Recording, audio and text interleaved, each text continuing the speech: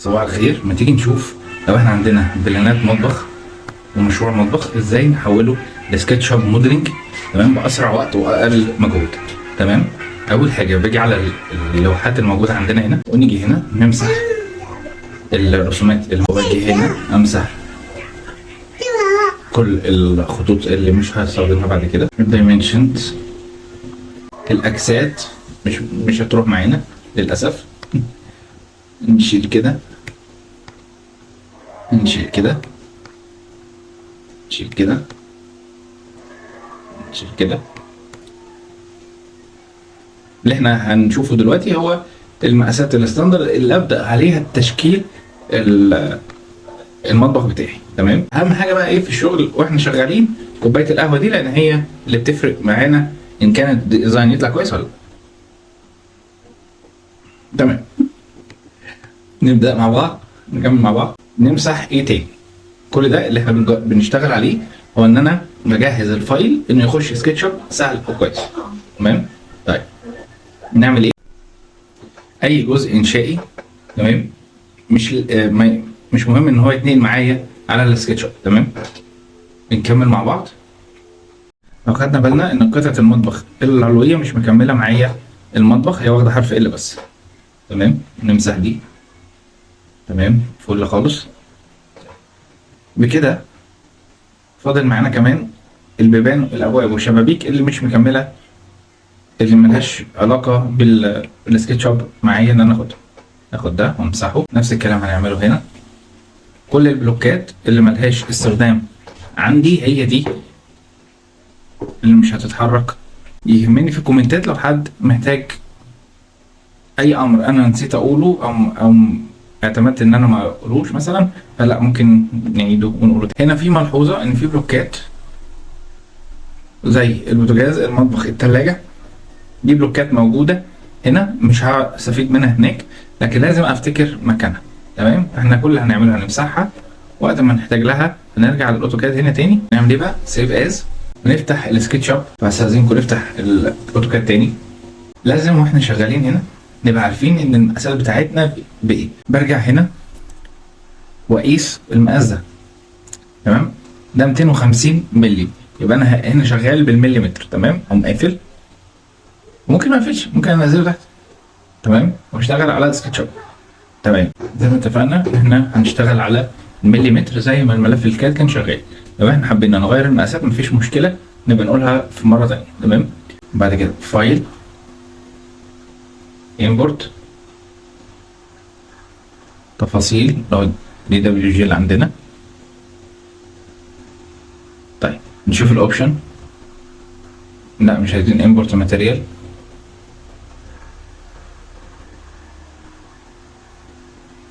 لو عملناها مليمتر اوكي، وامبورت. تمام. كلوز، نجيب التي ونقيس تبقى 250. الحمد لله على السلامة. عملنا الامبورت بتاعنا. كليك يمين، اكسبلود يعني تفجير. خلاص، عشان تبقى عبارة عن خطوط مش جروب مع بعضه. ناخد من كورنر للكورنر، ادي كده قفلت حيطة. تمام. كورنر للكورنر. تمام. من كورنر لكورنر تقفل الحيطة دي. من كورنر لكورنر تقفل الحيطة دي. كورنر لكورنر، ومن الكورنر لكورنر. كده الحيطان عندنا تمام. هنعمل ايه؟ هنرجع تاني للاوتوكاد عشان نعرف حاجة مهمة في السكاشن. ارتفاع الحيطة كام على بعضه؟ ارتفاع الحيطة 3100. يعني ايه 3100؟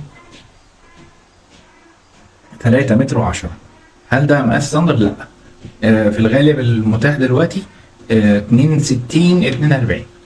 لكن خلينا في ارتفاع اللي هو 2300 اللي هو 2 متر و30 سنتي، اللي هو الارتفاع ما بين السقف الساقط وما بين الارضيه بتاعتنا. خلينا نمشي على المقاس ده.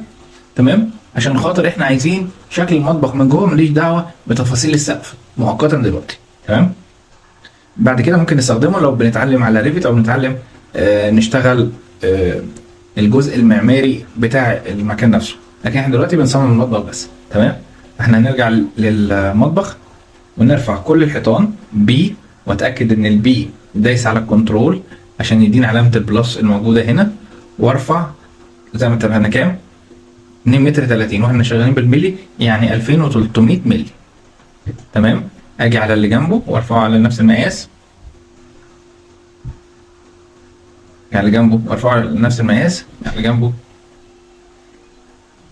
خلي بالكم وانا بشرح السكتش اب انا ببقى عامل حسابي ان الشخص اللي قدامي لا يفقه شيء عن السكتش اب، فمن من ليفل الزيرو للاحتراف واحنا شغالين مع بعض بنعمل ربع. كده احنا عملنا الحوائط نفسها. تمام، ممكن اعمل كنترول زد. اقول لكم هعمل كنترول زد ليه؟ عشان اعمل دبل كليك هنا. تمام، شيفت وكنترول واشيل الخطوط الزياده دي. طبعا كلكم عرفتوا انا بعمل كده ليه، عشان اعمل كنترول كليك يمين. تمام، وميك جروب واعمل دبل كليك وبي بلس واطلع 2300 انتر. تمام، واطلع كده اوكي، دبل كليك بره. ماشي، ادي كده اول حاجه عملنا الحيطان. طيب الحاجه الثانيه عايز اعمل ارضيه. انا اللي هعمله الارضيه اللي هعملها دلوقتي هاجي تحت. تمام، واجيب الريكتانجل اللي هو البلان ده. تمام، واجي من الكورنر ده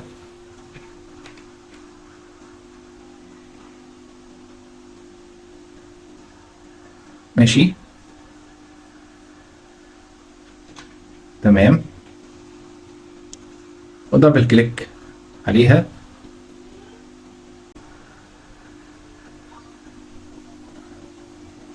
وكنترول كده، كليك يمين ميك جروب ودبل كليك عليها، وانزل لتحت مسافة كويسة بحيث تديني احساس ان دي بي طبعا وبلس، واعمل مثلا 20 سنتي. 20 سنتي اللي هي 200 ملي، واجيب دي معاها. تمام، فاحنا كده بقى عندنا ارضية وحيطان. فاضل لنا ايه بقى؟ عندنا القطعة نفسها.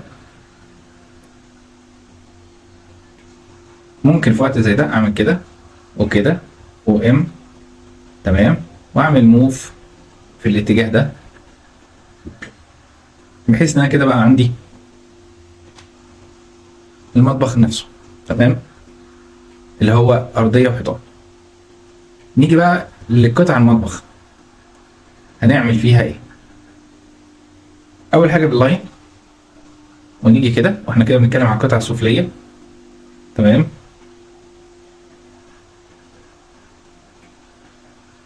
وكده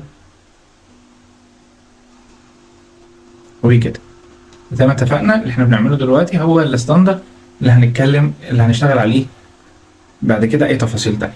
تمام، اول حاجه بنعملها ايه؟ بنرفع كل ده مقاس 10 سم لفوق. 10 سم يعني 100 مللي. تمام، احنا كتبنا 10 سم اول مره، وبعد كده بناخد كل سطح على اللي جنب. ايه ال 10 سم اللي انا بعملها دي الفوتنج، دي الرجل بتاعه قطعه الخشب اللي تحت. بعملها ليه؟ حمايه للخشب من اي نوع من انواع الميه، اي نوع من انواع التكسير، الخبط، مش عارف ايه، لا ده كده. تمام، ولو عايزين تعرفوا اكتر عن تصميم قطعه المطبخ السفليه احنا عملنا عنها فيديو كامل لوحدها. واحد فيديو لقطعه المطبخ السفليه وفيديو قطعه المطبخ العلويه، تقدروا تشوفوها على القناه عادي. تمام، طيب بطلع بعد كده ايه؟ بعد ال 10 سم دول خلي بالنا ان الارتفاع الكامل لقطعه المطبخ السفليه من نقطه الصفر لاعلى نقطه هم من 85 سم ل 90 سم. تمام، طيب خدنا منهم 10 يبقى فاضل 75 سم. هنشيل منهم حوالي 2 سم، من 2 ل 3 سم رخام، يبقى احنا معانا حوالي 70 سم. تمام، يبقى 70 و10 80 و2 سم يبقى 82. لا، يبقى احنا بنتكلم على 75 سم للقطعه السفليه. تمام. 75 و10 85 ونديها 2 3 سم، يبقى نتكلم في 88. يبقى كده احنا تمام. طيب نعمل ايه؟ ونطلع فوق ونتاكد من الكنترول ونعمل قلنا 75 سم. انا اسف عشان انا كتبت بالمتر، لكن هي 75 سم يعني 450 مللي. تمام. في هنا ملحوظه هنفتكرها مع بعض، ان في التصميم في بوتاجاز هنا، بس في الغالب البوتاجاز ده بوتاجاز علوي، يعني بوتاجاز سطحي، مش بوتاجاز كامل، هو بوتاجاز بيتحط على الرخام. فاحنا تمام. وهنراجع تاني التصميم كمان للحوض، والحوض برضو بيبقى على قطعة من فوق، فاحنا ما عندناش مشكلة لغاية دلوقتي ان شاء الله. نخلي بالنا انه القوايم اللي ظاهرة دي هي مش بتبقى ظاهرة، هي بتبقى ورا الضلف، بس احنا بس عشان خاطر لينا هدف للفيديو، فاحنا هنكتفي بالهدف بتاع الفيديو دلوقتي.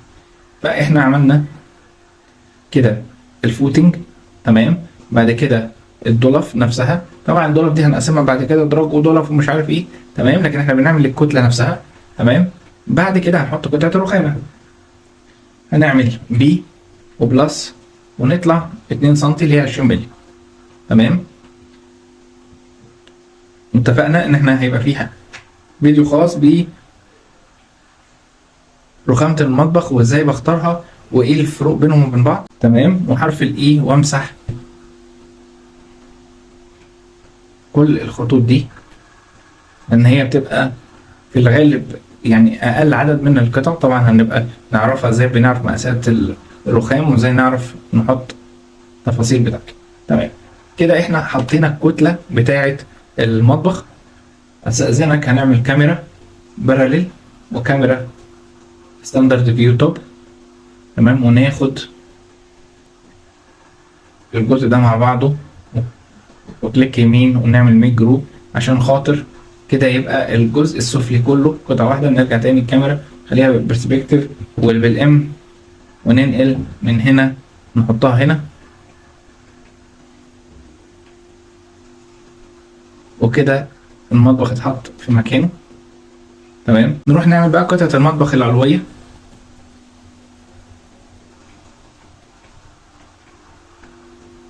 حرف ال